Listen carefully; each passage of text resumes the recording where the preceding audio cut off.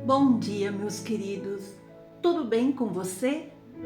Tudo bem aí na sua casa, com a sua vida, com a sua saúde? Eu oro a Deus para que sim, para que Deus derrame as mais ricas bênçãos sobre a sua vida e sobre a sua família. E mesmo que você esteja numa circunstância um pouco complicada, um pouco mais difícil, deixa eu te dizer o que está escrito em 2 Timóteo, no capítulo 1, que diz: lembrando das tuas lágrimas, estou ansioso por ver-te, para que eu transborde de alegria. Assim como Paulo escreveu a Timóteo, Deus nos diz nessa manhã que Ele vê as nossas lágrimas. Ele vê o momento de sofrimento. Ele vê o momento de aflição. E aqui nós podemos ver, estudando essa segunda epístola de Paulo a Timóteo, nós podemos ver que duas coisas na vida de Timóteo marcaram a vida do apóstolo Paulo. As lágrimas que Timóteo derramava e a sua fé genuína, sem fingimento. Paulo está dizendo aqui: eu me lembro das suas lágrimas e quero muito ver você para que eu possa outra vez ficar cheio de alegria. E essa era a lembrança que ele tinha de ver o moço chorando, que levava Paulo a orar por ele de dia e de noite. Paulo certamente via Timóteo chorar, assim como Deus te vê chorar. O certo é que as lágrimas de Timóteo deixaram marcas profundas na vida de Paulo. Às vezes, certas coisas e acontecimentos das nossas vidas deixam marcas nas pessoas que as farão lembrar de nós por toda a sua vida. Depois de anos sem contato, muitas vezes elas nos encontram e mencionam certas coisas em nós que nós nem lembrávamos mais, mas que marcaram a vida delas. Talvez uma palavra dita, um comentário, um abraço carinhoso, um trejeito, um gesto ou um acontecimento. Que marcas deixamos na vida dos outros? A marca do autoritarismo, do temperamento descontrolado, do serviço espontâneo, das horas gastas em oração, dos jejuns, do ardor pelas almas, da paixão por Jesus, da adoração intensa, da reação às injustiças ou às blasfemas contra nós, de nosso comportamento, ou em casa, ou com a esposa, ou com os filhos. São marcas que ficarão na memória daqueles que nos conhecem. Por que razão será que Timóteo chorava? É possível imaginar que Timóteo também sentia saudade de casa. Saudade da mãe, da avó, que marcaram profundamente a sua vida. E quando ele estava orando, Timóteo não percebia que, misturadas ao calor do evangelho, algumas das suas lágrimas que rolavam pela sua face eram saudades de casa. Ou chorava de saudade dos seus familiares, às vezes só, escondido, e quem sabe até surpreendido por Paulo numa dessas ocasiões. Não há nas escrituras que permita tirar conclusões sobre as razões da lágrima de Timóteo, mas é necessário nós encontrarmos uma base histórico-bíblica da razão das lágrimas do jovem. E depois de muito pesquisar, descobre-se que Timóteo aprendeu com o mestre. Ele aprendeu a chorar com o apóstolo Paulo. Timóteo chorava porque recebeu de Paulo a marca do sofrimento e do choro pelo próximo, pelas almas. Ele aprendeu com Paulo a derramar-se em lágrimas. Sim, porque aprendeu com Paulo colérico, durão, às vezes até insuportável, porque ele conseguiu tirar Barnabé e João Marcos do sério. mas principalmente ele aprendeu a chorar diante de Deus. Aprendeu a chorar diante de Deus por causa das situações, por causa das almas perdidas, por causa do evangelho, por causa das perseguições, por tantos motivos. Ele chorava diante de Deus, coisas ligadas ao reino. E ali Timóteo estava presente com Paulo, estava dirigindo-se aos líderes de Éfeso e de Mileto. E ali ele se refere 2 vezes às lágrimas que ele derramava, testemunhando seu ardor pelo evangelho. Por isso, depois de muito ler e rever, pode-se afirmar que Timóteo aprendeu a chorar com Paulo, diante do sofrimento que lhe era imposto pelos perseguidores do evangelho. E nós podemos ver em Atos 20 que diz: servindo ao Senhor com toda a humildade, lágrimas e provações que pelas ciladas dos judeus me sobrevieram. Queridos, esses 2 homens de Deus sabiam que lágrimas derramadas devido às perseguições ao evangelho são guardadas por Deus como um relicário na vida de uma pessoa completamente devotada a Deus. Nós podemos ver o que nos diz no Salmo 55, contaste os meus passos quando sofri perseguições, recolheste as minhas lágrimas no teu odre, não estão elas inscritas no teu livro? Aqui, o salmista Davi destaca 3 coisas. Os passos do perseguido são contabilizados por Deus. As lágrimas são recolhidas numa vasilha e as lágrimas ficam registradas nas anotações dos céus. E tudo que você faz pelo teu próximo, pelo evangelho, pela causa do reino, pela anunciação das boas novas da salvação, por seguir a Jesus Cristo, tudo é registrado nos céus e conta a teu favor. E nós vemos que Timóteo aprendeu com Paulo a chorar diante de Deus pela vida dos irmãos. É sobre isso que Paulo se refere quando ele exorta os líderes da igreja, quando ele diz: portanto, vigiai. Lembrando-se de que por 3 anos, noite e dia, não cessei de amoestar com lágrimas a cada um. Ali ele recorda que foram 3 anos de choro, derramamento de lágrimas pelas vidas dos irmãos de Éfeso e Mileto. Noite e dia Timóteo via a Paulo derramar suas lágrimas, orar pelas igrejas, orar pelos irmãos, mencionando nome por nome diante de Deus, intercedendo com clamor diante de Deus por cada um dos irmãos.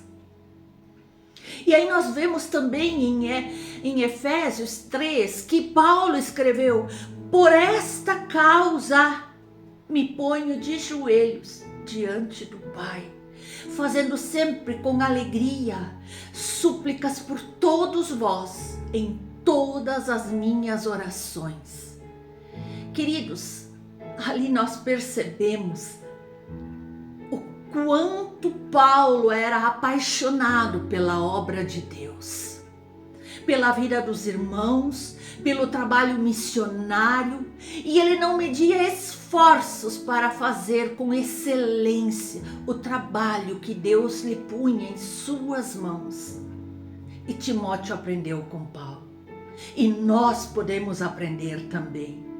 Aprender com Paulo a chorar diante de Deus pela incompreensão, pelo desprezo dos irmãos, que apesar dos sofrimentos, das perseguições que estes sofriam dos judeus, eles não conseguiam compreender o coração daquele apóstolo e não aceitavam as suas exortações.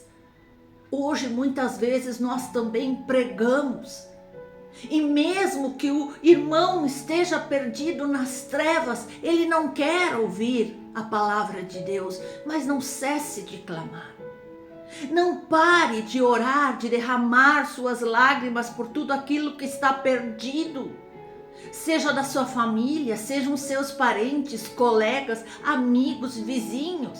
Por esse país, por essa nação, para que se convertam, para que se coloquem de joelhos diante de Deus, se humilhando, se arrependendo dos seus pecados, clamando a Deus por misericórdia, para que nós tenhamos um lugar mais seguro e justo. E Paulo escreve sobre isso, porque no meio de muitas angústias e sofrimentos de coração, vos escrevi com muitas lágrimas, não para que ficassem entristecidos, mas para que vocês conhecessem um amor que vos consagro em grande medida. Ele queria que eles conhecessem o amor de Jesus. Este amor que salva, liberta, cura, transforma, restitui. O mesmo amor que age hoje em nossas vidas. E quando você derrama lágrimas em favor de alguém, Deus vê as tuas lágrimas. Deus vê as tuas lágrimas devido ao sofrimento. Deus vê as tuas lágrimas devido à tua angústia. Deus vê as tuas lágrimas devido às perseguições que você sofre. Assim como Timóteo via as lágrimas do seu mentor melhorarem, as cartas que ele escrevia às igrejas. Que dedicação de Paulo! Quantas lágrimas Paulo derramava! E Timóteo chorava junto com Paulo. Timóteo era companheiro de lágrimas de Paulo. Daí que se expressa a tão grande alegria do apóstolo em ver o seu companheiro numa mesma missão. Que bom quando temos alguém que ora conosco, jejua conosco, nos juntamos em clamor pelas vidas perdidas, em clamor por aqueles que são aprisionados pelo inimigo, por aqueles que são aprisionados pelas correntes que amarram, que não libertam. O inimigo está aprisionando muitas vidas e nós damos glórias a Deus quando nós encontramos companheiros de oração, companheiros de intercessão, companheiros de jejum. E assim, ele já estava na cela de prisão em Roma e, havendo recebido sentença de morte por decapitação, a mente de Paulo fazia um circuito pelas regiões por onde ele andou, e ele parou para pensar em cada um dos seus companheiros de batalha. Lembrou-se de João Marcos, arrependeu-se naquele momento de ter tratado ele tão mal, e agora ele conseguia enxergar a importância de tê-lo por perto. Lembrou-se de Epafrodito, que adoeceu mortalmente e foi restabelecido por Deus. Que falta lhe fazia aquela capa que deixou na casa de Carpo em Troade e os livros de que ele tanto gostava. Ele deixou tudo quando ele fugiu para salvar a sua vida. Tantas recordações, mas ele tem certeza de que ele fez a obra de Deus com excelência. Lembrou-se de Alexandre, sendo agora castigado por Satanás pelos males que lhe afligiram, e por Demas, que renunciou à fé, preferindo os prazeres do mundo. E dentre todas essas lembranças, uma cena que não lhe saía nunca de mente: as lágrimas de Timóteo. Lembrando-me das tuas lágrimas, estou ansioso por ver-te, para que eu novamente transborde de alegria. Lágrimas derramadas em profundo arrependimento marcam o trono de Deus. Ezequias, marcado para morrer pelo próprio Deus, em lágrimas, sabendo da sua iminente morte, chorou muitíssimo. lembrando a Deus que sempre fora fiel, que viveu inteiramente para Ele e que recebeu do profeta uma boa notícia. Isaías saíra da casa do rei e nem atravessou a praça da cidade, quando Deus lhe disse: volta lá e dize a Ezequias, príncipe do meu povo, assim diz o Senhor, o Deus de Davi, teu pai, ouvi tua oração e vi as tuas lágrimas, eis que eu te curarei, ao terceiro dia subirás à casa do Senhor. Vi as tuas lágrimas.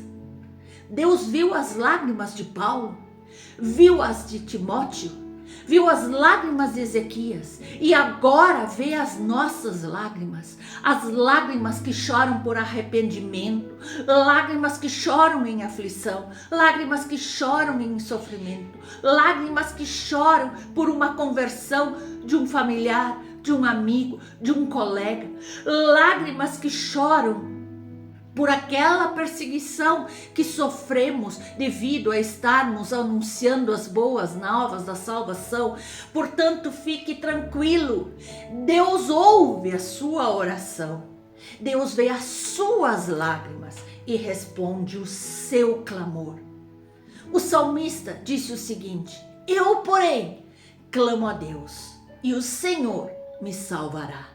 À tarde, pela manhã e ao meio-dia, angustiado, eu choro e Ele ouve a minha voz. Oh, aleluia! Deus viu as lágrimas do rei Ezequias, o curou e deu a ele mais 15 anos de vida. Deus viu as lágrimas da viúva de Naim, ressuscitou o filho e renovou a esperança. Deus viu as lágrimas da mulher pecadora, deu a ela dignidade e restaurou a sua identidade. Deus viu as lágrimas de Ana, realizou em sua vida um milagre, dando-lhe um filho.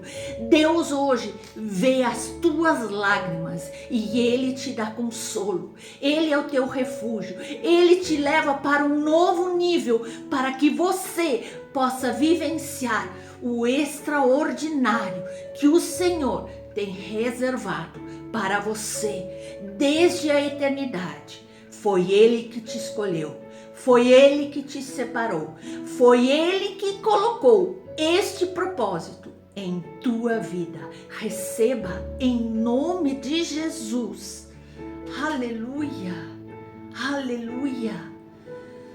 Olhando para todos esses homens e mulheres de Deus, que Deus colheu as suas lágrimas, ouviu o seu clamor e não deixou nenhum deles sem resposta, nós podemos sim, tranquilamente, crer que o Deus do impossível, o soberano Pai, fará de tudo para nos consolar. Ele vê as nossas lágrimas, vê as nossas orações e está provendo a resposta de cada uma das situações que botamos diante dele. Você crê?